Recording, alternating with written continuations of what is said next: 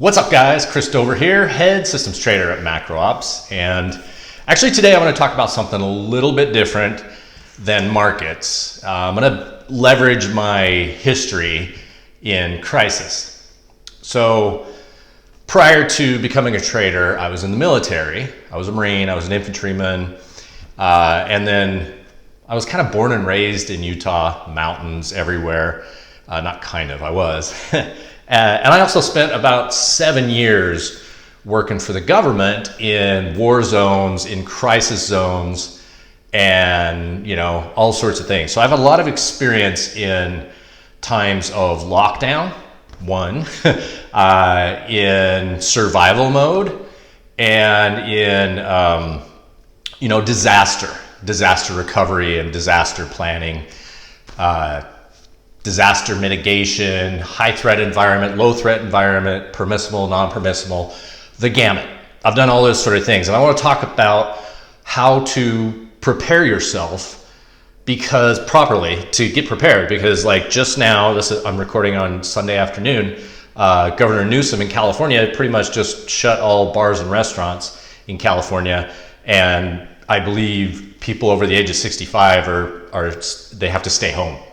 I guess unless they're heading to the hospital. So we're kind of at that point where we've all agreed that we're going to stay at home. We're not going to the offices anymore, and everybody's working from home. That kind of happened last week. I think it's very obvious it's happening now. Restaurants are getting shut. Businesses are going to be closing down. I'm not going to talk about the financial implications and the global macro thing. That's something for Alex to talk about. Rather, I'm going to talk about what we can do individually to prepare for this, because I have that sort of background, and I have a lot of that knowledge, and a lot of people don't. So first and foremost, a lot of things that we fear are the unknown, right? We don't know what the outcome is. We're going to fear loss, of what we have, or we fear an outcome that we don't know what it's going to be, right? So it's important to think about, to get this confidence of, okay, I understand, I have a plan, I actually know, an expert has told me what to focus on, what to look for. Now I can go through with a plan, and I'm going to break it down step by step. But first and foremost is your mindset. You need to have a confident mindset. You need to be a positive mindset. You need to be putting good energy out into the world. You need to be thinking optimistically, can do. How can I improve? What can I do to improve the situation? So I want to give you an example. If you're, let's say, in a war and you just got hit by an IED, blew your vehicle over, you jumped out, and rockets and small arms fire coming at you from all ends, and you're running into an alley or into a neighborhood or something, and you rally up with your team, there's two choices you have in how to think here. One, we're screwed. This is gonna, I guess I'm gonna be a hostage now. That's the first attitude, and that's not the right attitude. The real attitude that you should be having here is, okay, what do I got? Give me my head count. Where are we at? How much ammo do we have? Who's injured? What do we need to do? We got communication back with our team, with the talk. Are we doing the things? It's all proactive, right? So what can I do to improve? Ultimately, this is entirely about continuous improvement, okay? So if you have, I'm trying to think of a good example. You always want to improve your position, okay? Somehow, some way. Think of ways to do it, and the more you get the reps in, you're going to do it. But first and foremost, you need to have that proper, positive, can-do, I can accomplish anything mindset.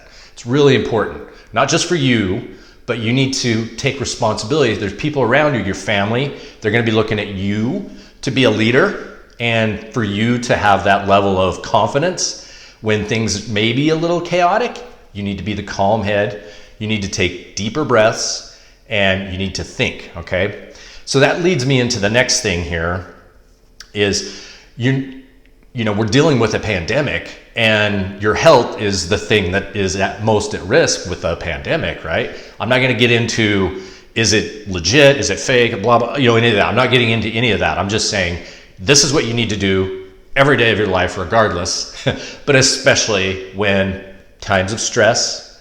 If you're watching this, you're in the markets, so you're probably seeing what's going on in the markets, and maybe you're FOMOing into that and losing money, you lost money.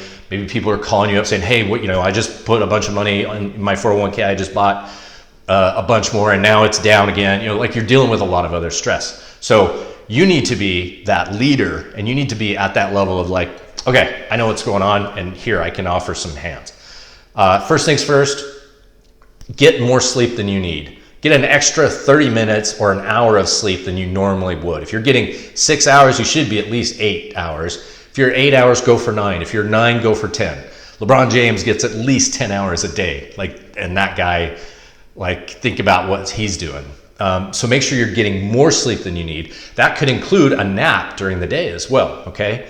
Next up, hydrate. So you can survive 3 minutes without air, 3 days without water, and 3 weeks without food, okay? So that's kind of the order here. So the big thing is make sure you're drinking enough water. Make sure you have enough water on hand as well in case we go, something happens, and I'll get into that here shortly too. Eat clean. So, not McDonald's. I know it's tempting to DoorDash and just order food in because you don't want to go to the store to buy food and all those sort of things. I get it. Not going to say not to do it, but if you're if you're doing that, make sure you're ordering things that are good for you, that are healthier for you. If you've had your DNA mapped and you know what food is supposed to be ideal for you, that's even better. Okay, so each person's different. Some people respond to like a keto or a low carb or a medium carb or a high carb. All these different types of diets. So know what's good for you and then eat that. Okay. Vitamin A, vitamin B, C, D, magnesium, zinc. I'm quadrupling up on my vitamin C. Luckily, we've got a lot of sun these days, so I'm getting some natural vitamin D in the yard here. Magnesium and zinc, very important, especially zinc if you're, to help increase your immune system. So if you don't have those, that's a cheap way. They're all very cheap vitamins to buy. Get good quality stuff and get a good inventory of it because you never know. And then now it's getting into how do you take care of yourself? Meditation. That I've been meditating for 30 something years. And I was lucky enough to be taught as a young kid how to meditate, and I've just done it every day. But deep breathing and meditation, that'll help boost your immune system. That'll even it out, kind of take the stressors, which is going to increase your cortisol levels, which is going to have this whole other effect. If you can get some meditation and deep breathing in there, that's really useful. Get outdoors as best you can. Get that vitamin D. I said exercise at about less than 75% of your max effort, okay? The reason I say that is because it takes a lot to recover. And if you're pushing yourself at like running a marathon pace and you're not used to that, your body's gonna put in all this effort to recover there, and it's gonna be compromised in another way. So while you should definitely be exercising, I want you to maybe not go for the marathon every day type training. Take it down a notch, but you need to make sure you are training regularly because that increases your immune system because it's always recovering and it kind of boosts everything. Let's see, keep learning and engaged in positive topics. It's really easy to just get out and watch the news and scream and yell and get stirred up into a frenzy. But all that does is that scares your family members, okay? Imagine, a 6 or 7 year old child sitting there looking at you freaking out about the news, and what are they going to do? They're probably going to cry. They're probably going to get scared. You're causing that chaos in your house. Don't do that.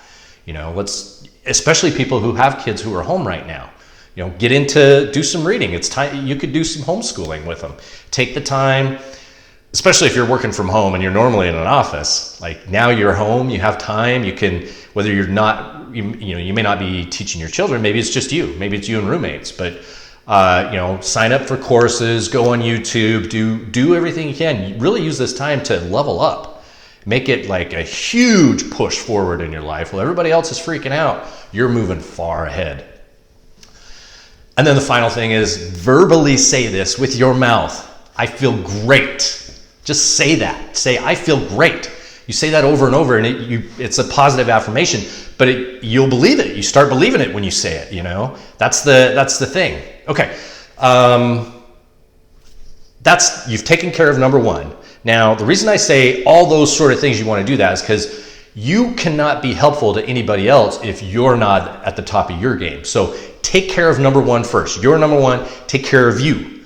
In combat, you know, it's your job to not get shot, because if you get shot, then that takes 2, 3, 4, 5 people to come and take care of you, meaning you just took out a bunch of shooters who could make this, you know, everything happen, save lives. You've taken all them out of the fight too. So your job is to stay at the best level you can. Don't compromise yourself. Be somebody who can help others, okay? There's gonna be people who are gonna need help, whether it's just sending them good energy, teaching them things, having conversations, talking them off the ledge, you know, whatever it is, all that sort of stuff. Okay, so number one most important there is take care of yourself, okay? I say encourage a positive, no news environment where you're at.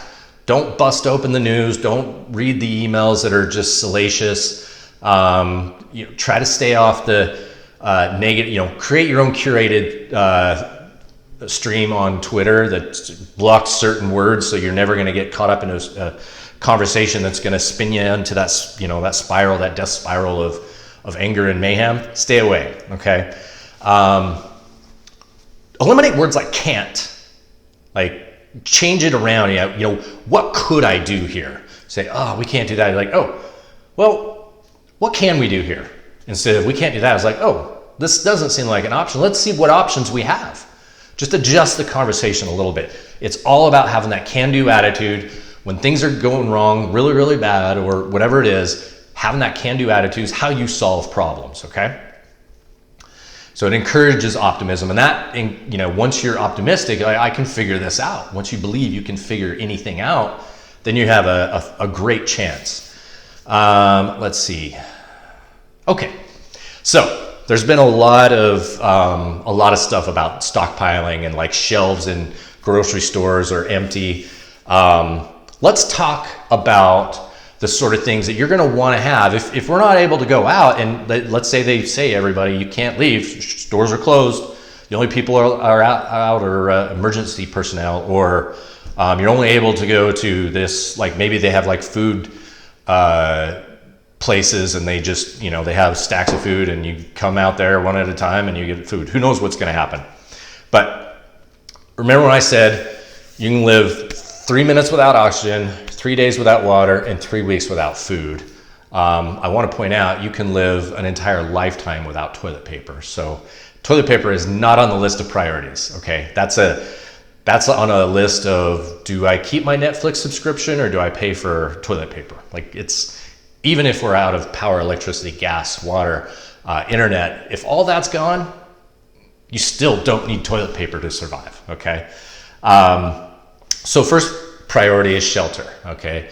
If you're lucky enough to have a home or an apartment or a place, roof over your head, that's your shelter, and that's where you're going to be. Think about being there for, 2 to 4 weeks, maybe 8, 10 weeks before they allow people to go back out. Who knows? Think about that. Okay, so at your shelter, what are the things you're going to need? If you're in Montana and it's it just snowed yesterday, it's minus or like 10 degrees outside. Really important to you is going to be heat. Right? It's not toilet paper. Toilet paper is going to be the first thing you're going to burn to get that heat going. So you're going to need wood.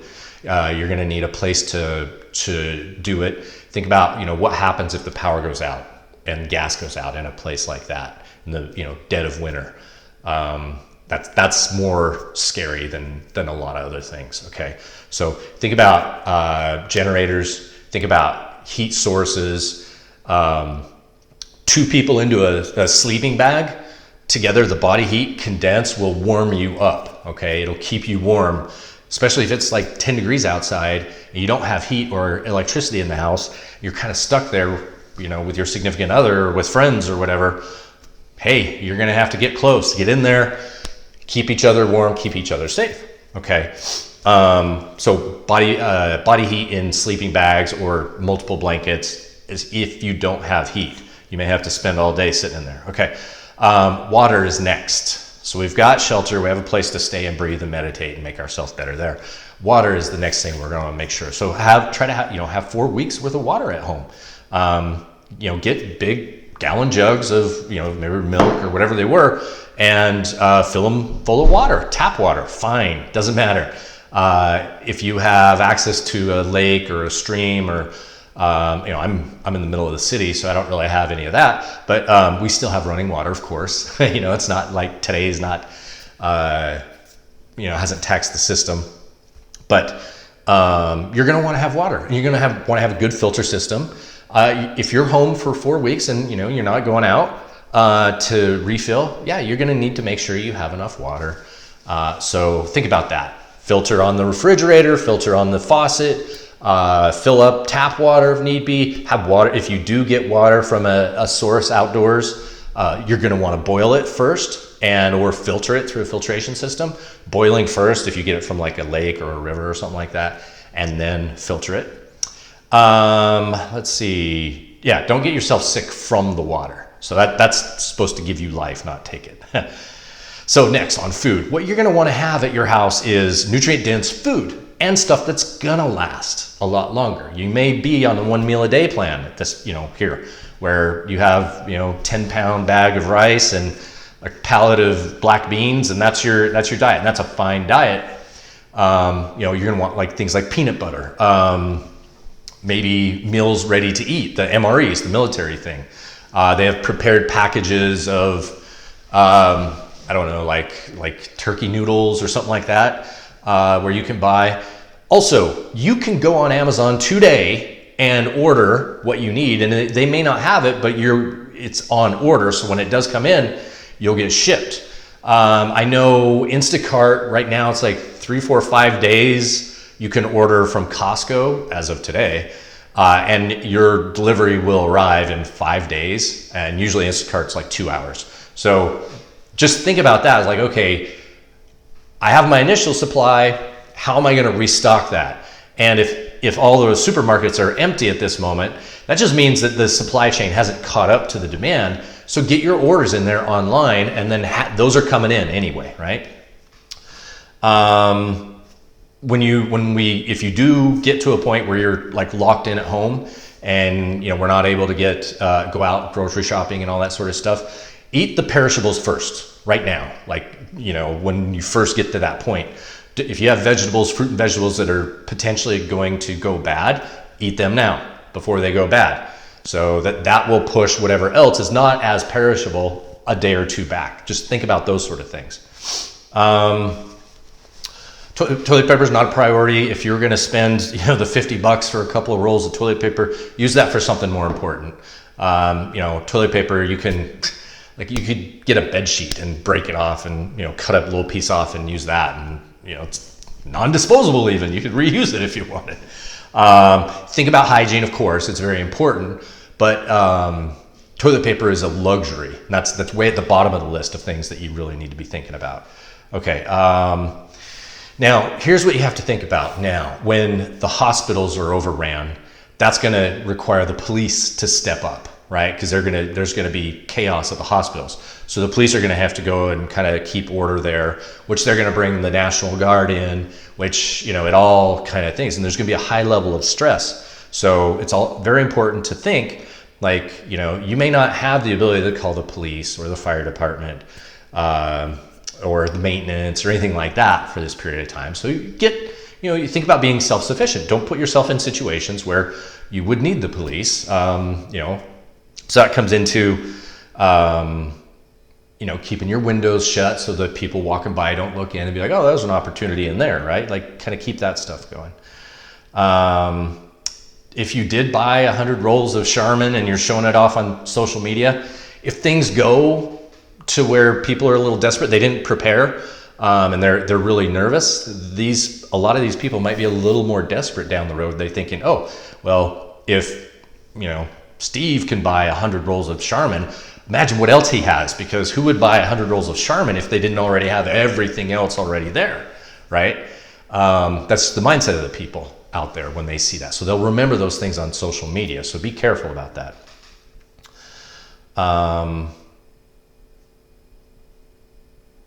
Let's see. So if you have fruit and vegetables on your trees and gardens out there, whatever, consider harvesting that a little early, because it may bring people, I mean, first it could, be useful for you. But a lot of people could, take that as like, oh, I can just go take this stuff, whatever I want, because it's sitting on trees, and then they're in your yard, and then it could become a tense situation. Again, I would suggest, if it gets to that, lockdown mode, think about having your windows, curtains shut, just so people aren't seeing in and seeing opportunities. You know what I mean? Let's see. Ultimately, think about this and I don't want to put it as a negative, but 3 days without power is really not that big a deal in the grand scheme of things. But a lot of people are unprepared for such things, 3 days without power or water or something. So think about that, and think about how you would deal with that scenario. Okay, what do I got? Get an inventory. Who's on my team here? I got 3 mouths to feed and shelter and get water to them. So what do I need to do to make sure they have all that and we're good there? Okay. Again, positive attitude, pay it forward. Something a lot of people are doing is buying a gym membership, or local people who are not going to they make their living through human interaction and contact. A lot of people are giving them an extra week or two, buying an extra contract or an extra month or something like that, even though they're not going to go, just so it keeps that business. Because think about this, when we come out of it, a lot of this it may be done tomorrow, hopefully, but what if it's not? Then hopefully the businesses that and love are still in business, and try to help them out. So, quick summary. Take care of number 1. That's you. Mindset first, then water or shelter, then water, then food, then and health and wellness. Okay. Can-do mindset. You can always figure it out. Okay. Hit me up if you can't. Reach out, ask for help. Get the mindset positive. Continuous improvement. You got to always be thinking about improving your position, no matter what. Best security system in the world. You got an indoor hydroponic farm. You're self-sufficient. You're on solar. You have satellite internet. All these great things. What else could you do? Okay, what else can be done? Don't waste your time with the toilet paper thing. Have toilet paper. I know it's more comfortable. That's great. But think about your priorities. Toilet paper is at the very bottom of your priorities of what you should be spending money on. Food to stockpile and have in case something bad happens. Be prepared for 2 to 4 weeks of no power, internet, water, gas, anything. Just be prepared for it, whether that's what happens or not. But it's nice to have that preparation, and it's not that hard to do. We can still go on Amazon and order what we need. Again, it may take a week to get here, but that would be nice to know a week later that you have stuff coming in. That's it. I think that's pretty much everything I had to do. Markets are on fire right now. If you're not subscribed to my email list, go to chrisdover.com and get signed up. I'm sending out emails. I'm going to be writing a lot more, talking a lot more these next few weeks as we're in this bull volatile market. And I'm here to help. So love everybody. Nothing but the best intentions here. Not trying to get anybody riled up. I'm really just trying to give you guys the information so you know how to deal with this sort of crisis situations, as opposed to freaking the geek out. All right. Love you all. See ya.